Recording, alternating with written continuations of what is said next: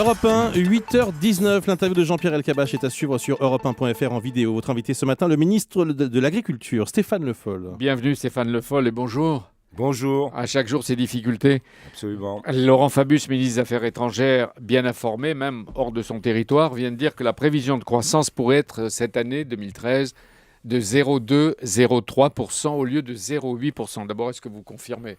Pourquoi vous dites hors de son territoire ? Il est ministre du gouvernement français, donc il est dans le territoire. Et je confirme que, comme le Premier ministre l'a dit, qu'on serait contraint de réviser les objectifs qui étaient les nôtres, pour une raison très simple, c'est qu'en 2012, ce que nous avions anticipé comme une faible croissance à 0,5%, ça a été zéro. Donc on n'a pas cet acquis de croissance pour pouvoir avoir une prévision à la hauteur de ce que nous avions anticipé. Donc 0,2, 0,3, c'est moins 0,5 que ce qui était déjà prévu, qui était moins que ce qui était annoncé et prévu même jusqu'à la fin du quinquennat. Non, ce qui était prévu, c'était 0,8. Parce que c'est ça qui a été annoncé dans le débat sur la loi de finances. Donc moins 0,5. Donc le 0,2, 0,3 à vérifier, c'est un objectif qui est en deçà de ce que nous avions prévu pour une raison simple. Si on considérait que on avait fait 0,5 en 2012, on pouvait anticiper 0,2, 0,3. Mais comme on n'a pas cet acquis de croissance, on est obligé de réviser cette prévision. Ça vous inquiète ? Ça vous préoccupe ? Je préférerais avoir des anticipations de croissance plus élevées. Et il faut tout faire d'ailleurs, 0,2, 0,3, pour faire monter ce chiffre. Un demi-point de moins de croissance, c'est combien de milliards ? 9 à 10 milliards. Où vous allez les trouver ? Mais écoutez, on a fait les objectifs de réduction du déficit budgétaire à 4,5, 4,6%, avec 0% de croissance, alors qu'on avait un objectif de 0,5. Donc on a fait des efforts sans précédent. La ligne qui a été tracée, on n'en changera pas. On sera rigoureux sur la dépense, on sera très clair sur les objectifs fiscaux pour avoir les recettes. Non, mais en perspective, ça veut dire encore des efforts, encore des économies. Non, sur la ligne qu'on s'est tracée. Encore des efforts. Dès 2012, et de qui ? Des efforts de qui ? Mais on les répartit à la fois sur les entreprises, sur les ménages, vous le savez bien, sur les dépenses publiques de l'État et sur l'ensemble des dépenses publiques, en particulier avec les collectivités locales, où on aura une discussion pour faire en sorte qu'elles continuent d'investir, mais qu'en même temps, elles fassent des efforts sur le fonctionnement comme tout le monde. Stéphane Le Foll, c'est dur. Mais bien sûr que la situation est dure. Monsieur le ministre de l'Agriculture, les Français sont troublés. Vous avez en partie rétabli l'agrément sanitaire pour l'entreprise Spanghero. Je vous attendais ce matin sur ce sujet. Alors que le rapport d'enquête complet définitif ne sera rendu que vendredi. Si vous m'attendez, c'est que vous n'avez pas la conscience tranquille. Au contraire. Alors, la décision je savais que est votre jugée. conscience vous interpellerez et que j'étais là pour vous y répondre. Voilà, en même temps, la ceux qui décision écoutent. est jugée. Vous avez entendu même les internautes. Ce n'est pas une indécision. Non, j'ai dit la décision est jugée prématurée et même imprudente. Qui dit ça ? Même les internautes et puis tout le monde. D'accord, moi je vais répondre pas pourquoi clairement. se précipiter ? La suspension de l'agrément a-t-elle été légère et rapide ? Je vais m'expliquer. Premier temps, on découvre du cheval alors qu'on devait avoir de la viande bovine. Catastrophe, à la fois au niveau français et à l'échelle européenne. Deuxième temps, on mène une enquête pour déterminer d'où cela provient. L'enquête est faite. Troisième temps, on transmet à la justice, c'est Benoît Hamon la semaine dernière. Dans le même temps où il y a le repérage de fautes très graves dans l'entreprise, on suspend l'agrément sanitaire. On n'est pas dans le même sujet.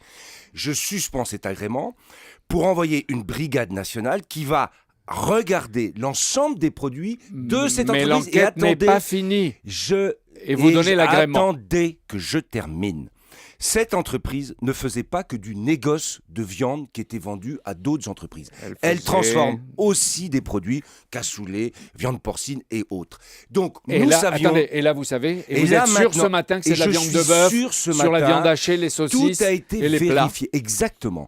La brigade nationale est partie vendredi, samedi, dimanche. Elle a travaillé tout le week-end. Nous avons fait un rapport d'étape lundi matin où ce qui m'a été dit et donné était parfaitement clair, et sur la qualité des produits et sur leur traçabilité. Je n'avais aucune raison, sachant qu'il y a 320 salariés qui sont au chômage, de retarder la décision. Donc j'ai pris la décision. Donc dans l'ordre, il n'y a aucune décision qui remet en cause ni la confiance qu'on peut porter dans ces produits, ni la politique que nous avons conduite pour trouver les fautifs de cette tromperie, ni les capacités que nous avons demain à remettre une filière viande bovine française en Mais ordre. vous savez qu'on reproche au gouvernement d'avoir pris, vous l'avez dit à l'instant vous-même presque, d'avoir pris une décision de caractère politique et social.